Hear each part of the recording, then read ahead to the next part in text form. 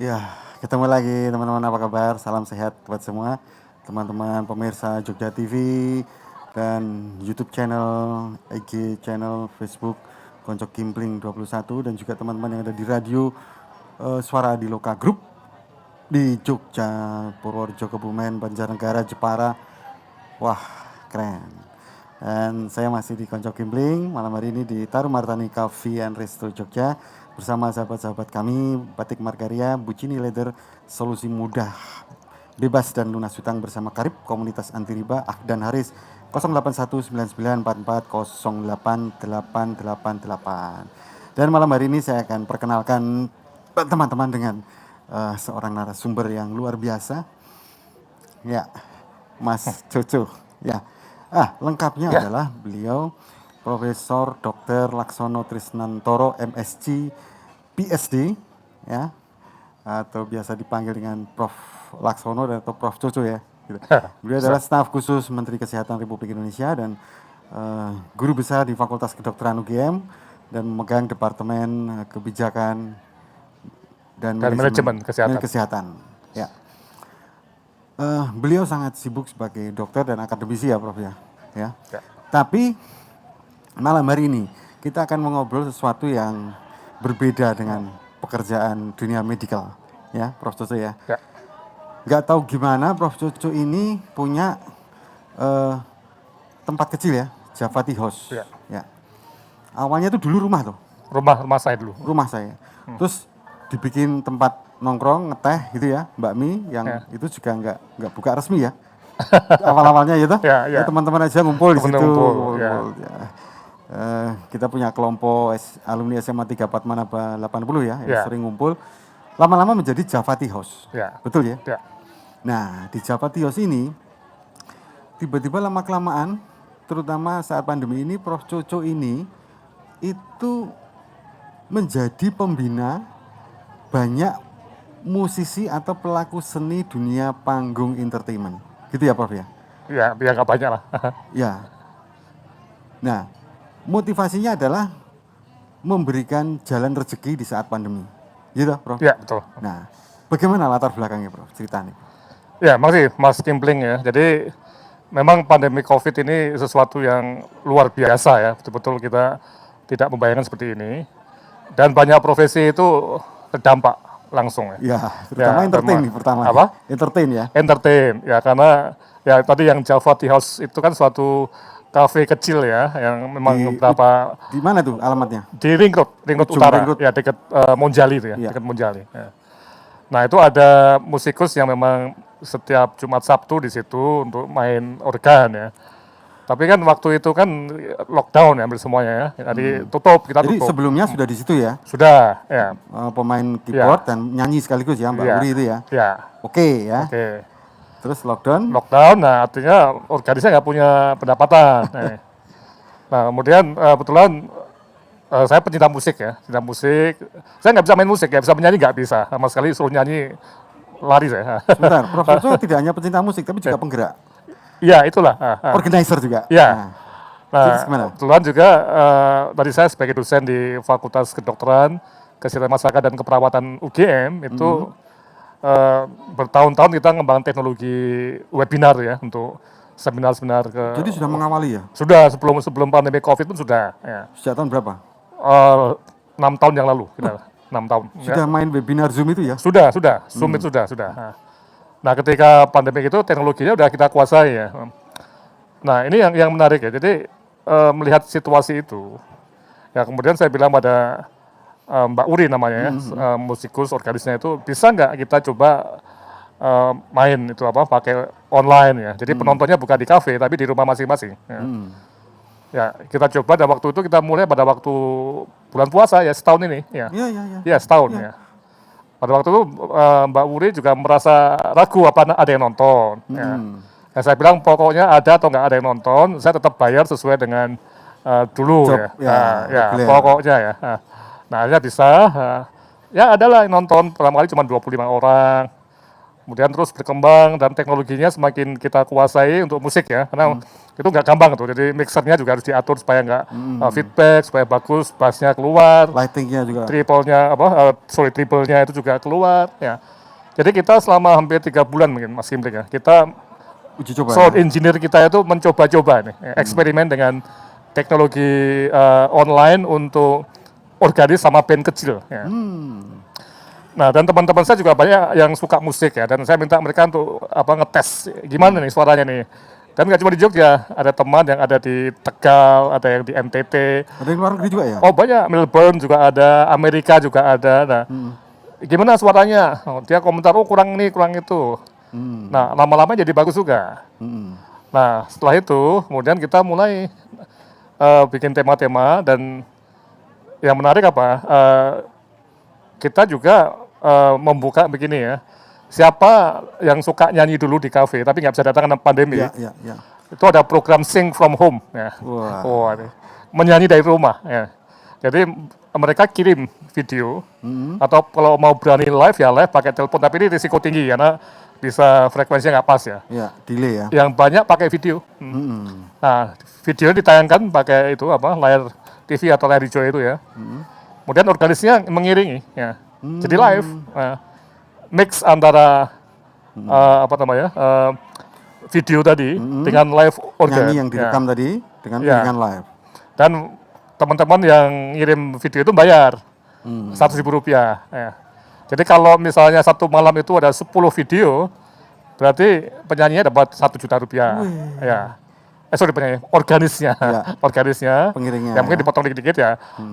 Jadi alhamdulillah ketika saya tanya ya setelah berapa bulan bagaimana pendapatannya dibanding sebelum pandemi COVID. Malah lebih besar. 4 kali lipat. 4 kali lipat? Ya. Karena ada yang bayar seperti itu. Kemudian juga kita bikin semacam tiket sukarela. Kalau yang nonton itu senang, silahkan bayar ke nomor itu yang ada nomor bank ya. Pakai transfer. Bisa seperti itu. Nah, yang membuat kami bertanya-tanya, Prof.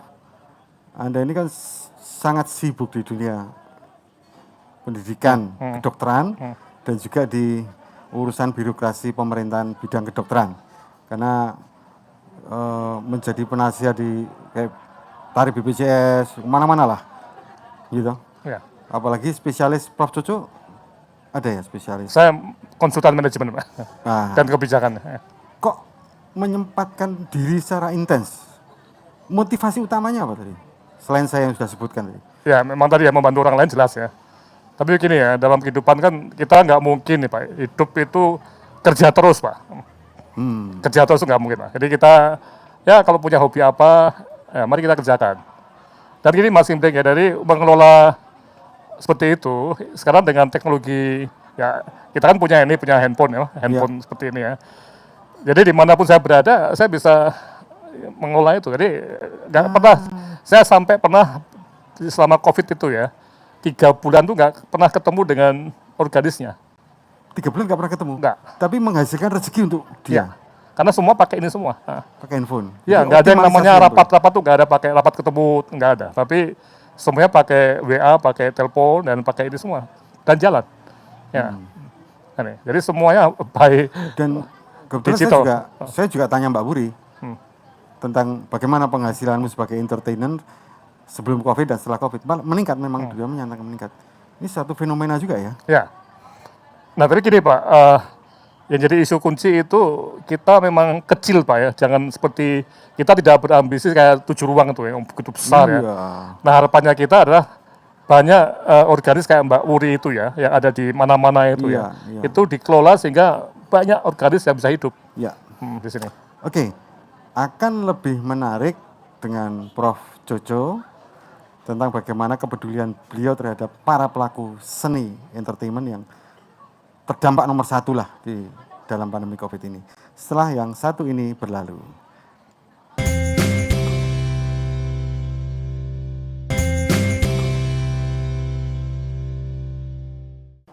Menarik sekali kan? Ini tempat yang sangat indah. Wow. Kafe yang sehat karena terbuka di Tarumartani Coffee and Resto Jogja, ya. Dan saya masih didukung oleh sahabat-sahabat saya, Batik Margaria, Bucini Leader, dan Solusi Mudah Bebas dan Lunas Hutang bersama Karib Komunitas Anti Riba, Ahdan Haris 081994488888. Nah, Prof, apakah Prof juga mempelajari atau belajar juga dari studio 7 ruang DSS? Bagaimana kerjanya juga dipelajari juga? Enggak, terus aja pada waktu kita mulai itu kita nggak tahu ada 7 ruang ya. Ya. Tidak tahu tuh. Nah, jadi kita mulai, nah tapi kebetulan istri saya Ida ya, dia sebulan lalu menggunakan 7 ruang untuk keperluan alumnus FKUGM, dan dia ke sana. Ya. Nah betul, sama konsepnya, tapi sana beda sekali, apa? Ya. Besar banget di sana, ya besar banget dan mahal. Ya. Nah di model yang saya kembangkan itu gini, Mas Gimpling ya. Itu bukan, tadi sudah saya katakan, bukan untuk skala nasional tidak. Tapi yang kita arah itu, bagaimana sistem itu bisa membina organis-organis yang hidupnya itu tidak punya nama, gitu Pak ya. Seperti yang, tanda kutip ya, yang wedding singer, ya. Bukan kelasnya artis itu tidak. Justru itu ya? Ya, ini yang kita arah Pak. Karena yang artis besar itu mereka punya pasar sendiri. Sebentar Prof, lupa ini, tolong diumumkan sekarang, mungkin ada yang pengen ngecek channelnya, apa nama, alamatnya channel? Panjang nih, HTTPS, tapi ini panjang ya, pakai /2 itu ya, www.youtube.com/c/live musik Jogja track live, ada ditulis nih. Nah nih, ya ini memang membernya 1.600 ya, subscribernya ya. Nah ini yang saya maksud begini ya, tadi kelompok seperti ini, kalau bisa itu ada ratusan atau bahkan ribuan di Indonesia. Jadi kita harus bedakan dengan 7 ruang ya. 7 ruang itu suatu industri besar ya, dengan artis-artis yang nasional. Ya. Tapi yang juga membutuhkan income itu juga kelompok yang biasa wedding singer itu Pak. Ya coba deh. Sekarang yang manten dengan band kan jarang dong sekarang. Udah jarang ya, betul ya. Nah, berhenti total beberapa bulan, betul. Setahun. Nah ini, karena itu dalam model yang klub musik kecil ya. Kebetulan saya lama tinggal di Inggris Pak. Di Inggris itu, ya kayak The Beatles dulu, di zaman masih belum punya nama, itu selalu ada klub kecil Pak. Yang hidup dari society-nya itu. Komunitasnya. Nah, komunitasnya itu nggak perlu jutaan Pak. 1.000 orang aja ya, misalnya. Itu bisa menghidupi 1 orang atau 1 band kecil Pak. Ya. Asal reguler. Dan dengan online tadi bisa nonton dari rumah dan membayar tadi. Jadi hitung-hitungannya gini Pak, Mas Gimpling ya. 1 kali malam itu ongkos produksinya itu kira-kira aja Pak ya, 1 juta rupiah aja. Nah, 1 juta. Ya. Itu yang dilakukan di CTH Musik ini ya? Iya, untuk membayar sound engineer, peralatannya sederhana sekali kok, nggak sekompleks ini ya.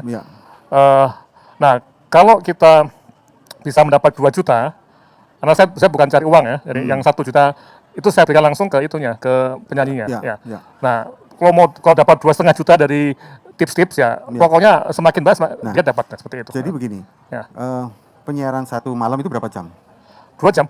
2 jam? 2 jam. 2 jam itu biaya pokoknya 1 juta rupiah? Ya kira-kira. Terus pemasukannya pertama, dari para penyanyi yang masuk bertarif atau sukarela, gitu.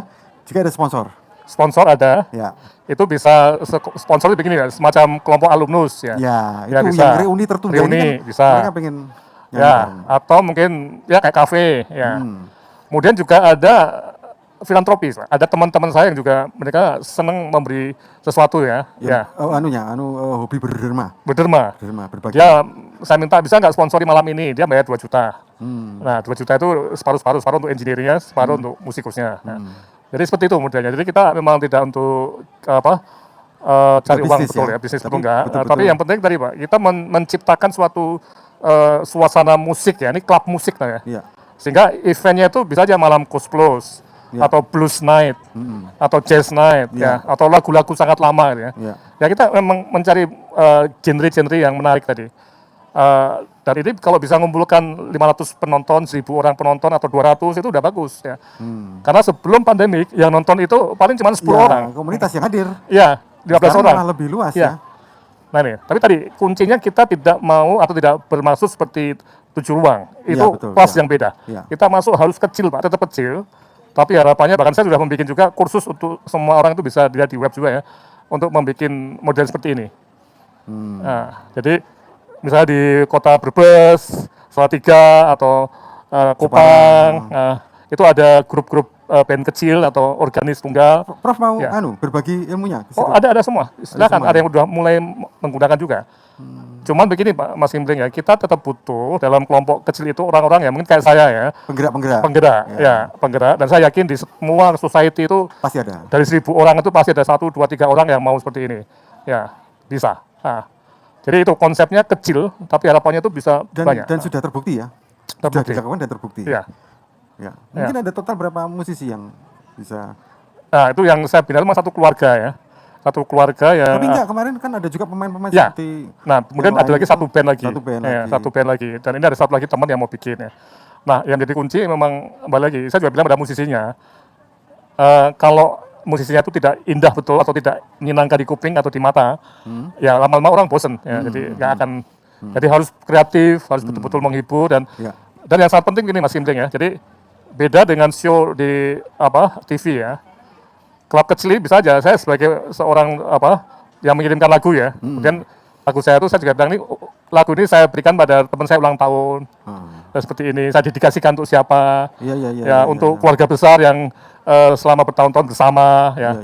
Ya, jadi sifatnya personal sekali ya. Itu.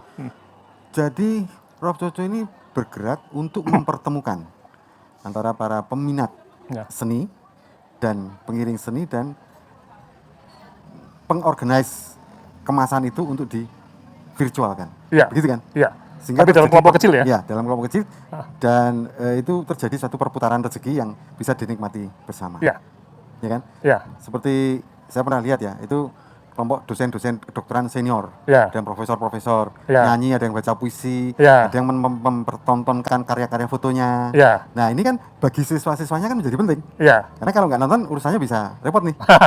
Nggak ada masalah. Enggak, artinya kan itu kan satu komunitas kan, murid-muridnya. Nah ini yang dosen-dosen, semua kelompok arisan, reuni, alumni, angkatan segala macam, ternyata bisa diwadahi itu ya. Prof Coco berkenan berbagi nggak kontak ke pemirsa? Kalau ada dari luar kota pengen tanya-tanya gitu. Ya, biasanya gini, untuk yang luar kota itu memang kelompok alumnus ya. Jadi memang ini ada sebuah tadi yang sebut kecil tadi ya. Memang pada alumnus misalnya di kedokteran UGM yang ada di mana-mana itu. Tapi yang saya udah kontak juga Pak Chandra Darsman ya, yang sebagai semacam ketua musikus-musikus ya. Mohon supaya ini dikembangkan. Karena saya nggak punya waktu untuk melatih banyak orang ya. Mungkin Mas Gimbling kalau mau atau di Tarumatani Cafe ini mau atau mencoba. Dari GM Production. Monggo, itu peralatannya sudah. Ya ini canggih betul Pak. Peralatan kami nggak secanggih ini. Ini bagus betul nih. Tinggal bagaimana ini Pak, musik spiritnya Pak. Jadi tetap musiknya harus bagus Pak. Musik harus bagus. Ya harus bagus. Kalau enggak, aduh susah. Susah, nggak bisa dilihat ya. Nah, ini menarik sekali ya Prof Coco ya. Tidak merasa capek? Oh enggak, ini semacam ya refreshing aja lah. Melihat orang senang jadi malah imunnya bertambah. Iya, dan ya refreshing aja. Bukan tekanan, bukan untuk cari uang enggak. Kalau ini untuk cari uang tekanan Pak. Ya, banyak bincang dengan seorang Profesor Dr. Laksono Trisnantoro MSc PhD, staf khusus Menteri Kesehatan Republik Indonesia. Kali ini banyak sekali dan anehnya kita bicara tentang bagaimana berbagi rezeki di dunia musik dengan para pelaku seni yang terdampak pandemi COVID-19. Kita sambung setelah bla bla bla bla.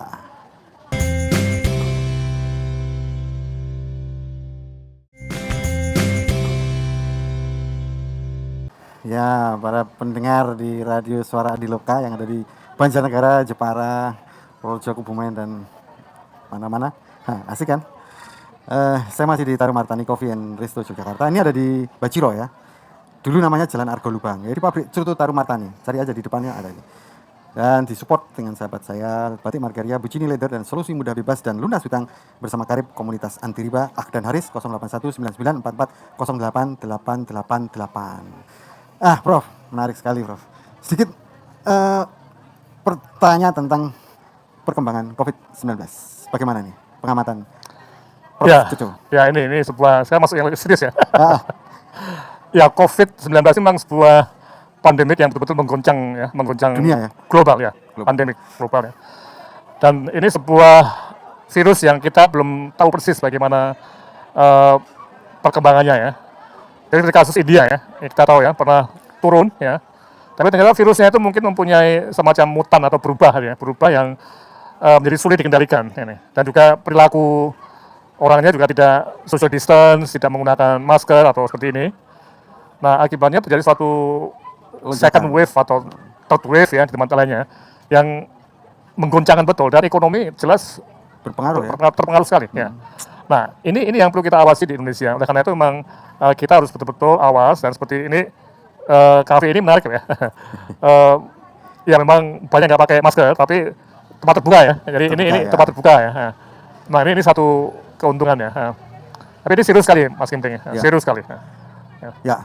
Dan bagaimana masa depan atau dalam jangka waktu kapan dunia pendidikan ini di Jogja khususnya bisa kembali seperti semula? Nah, ini pertanyaan semua orang bertanya Pak ya. Tapi jawabannya juga susah diprediksi. Kita belum bisa diprediksi.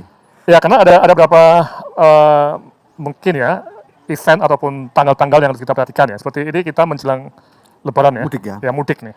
Nah, semua orang nervous Pak nih. Di Kementerian Kesehatan, di pemerintahan, Kementerian Keuangan yang tanggung masalah dana, nervous semua Pak. Karena kalau terjadi sesuatu yang di luar kendali ya, tadi pelanggaran protokol kesehatan yang sangat masif ya, kita bisa terjadi seperti ini ya, kalau kita nggak hati-hati loh. Ya. Kita nggak tahu nih, ada ketidakpastian yang sangat tinggi.